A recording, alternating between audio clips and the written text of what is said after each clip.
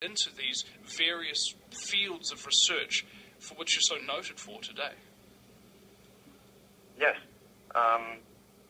The website is cuttingthroughthematrix.com, and on that site, you'll see all of the other sites I have listed, including Alan Watts Sentinel.eu.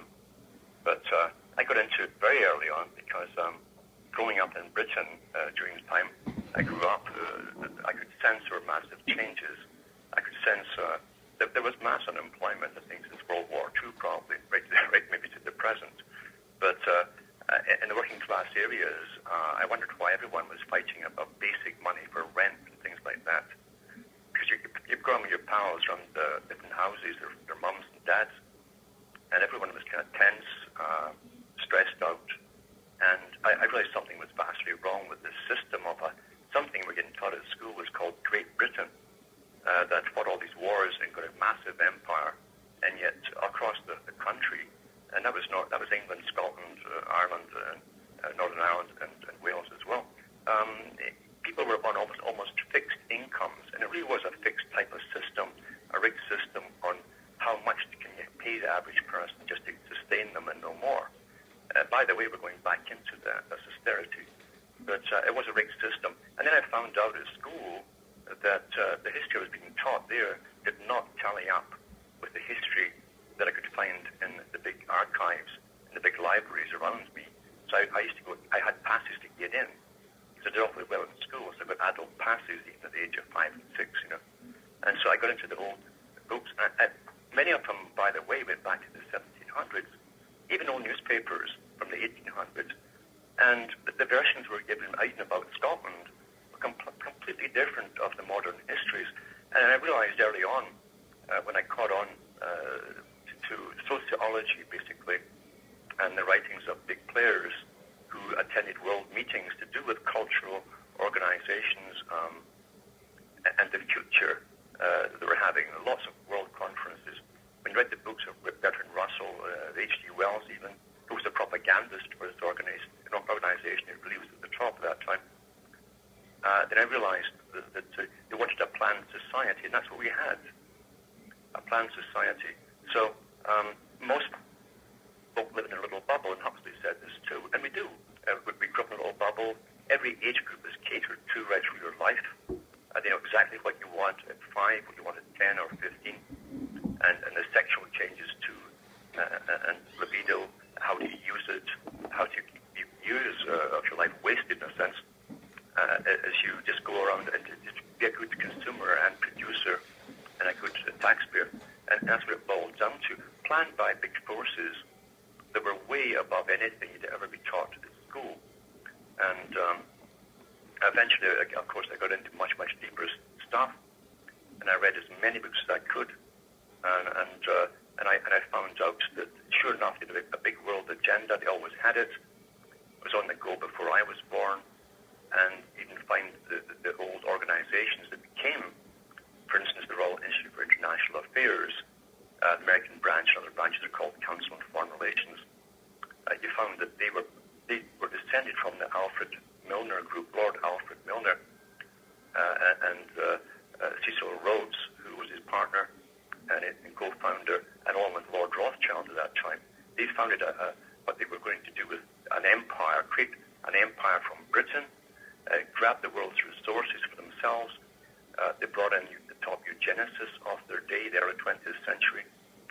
And they even back then, by the way, they had already decided that we would have a post-industrial era, and they would farm out a lot of the work to different countries where the labor was cheap, and therefore they'd have mass unemployment down the road.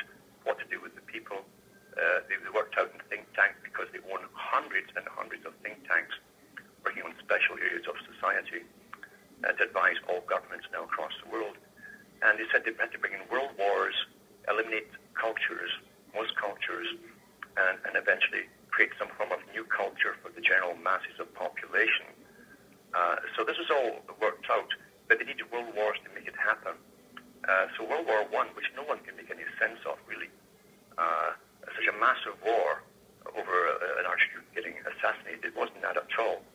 But they wanted that war, and you found out you had young Turks involved, the had young Italians involved. These were all revolutionary movements that were started up and funded by a group in London, the Royal Institute of International Affairs and the Rhodes Foundation, to get the young to rebel within their own countries to bring in something called democracy.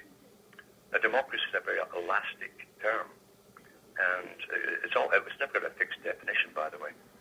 It never will have. It's a front, but revolutions are often necessary to get all this going.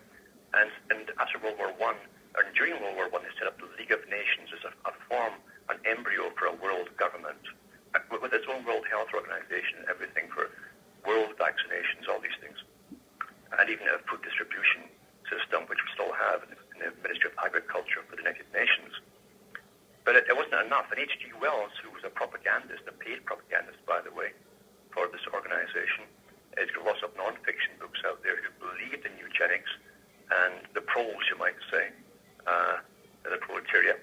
He said after World War I, in one of his own books, just before he died, he says, we need another world war. The people haven't given up their sovereignty to the global natural elite who have the right to lead the world.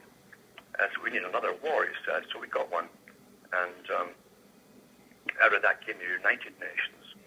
And doing all the propaganda documentaries that put out by Path News and many, many other shows that put out for cinema at that time and radio, that's the first time people kept hearing about the United Nations are moving against the Axis powers and so on. And after that, of course, becomes more and more common. But grabbing the world's resources, even from the days of Cecil Rhodes, was a primary goal. That's why he took over South Africa. And then he got the British government involved, and he used to troop it, police it. And then the taxpayers of Britain ended up paying for all the railroad lines across there. They all did the same with India. The taxpayers fund all these wars so that the elite who lived at that time in London could become incredibly, incredibly wealthy and have more further wars for grabbing world resources. We're still going through the resource wars today, by the way, right across the Middle East, which were planned, at least published in the 90s, by the Project for New American Century group. Indeed. And the thing. Well, Alan, we're coming to break now. I just wanted to say as well to those who might be a little bit unfamiliar with the Council on Foreign Relations and it was a project for the New American Century we were talking about. They wanted a new Pearl Harbor, and they got it on 9/11. Alan Watt is my guest. We'll be right back. Welcome back, ladies and gentlemen, to the show that recognises that things are just a little bit bonkers. It's the Vinnie Eastwood Show, broadcasting live on American Freedom Radio.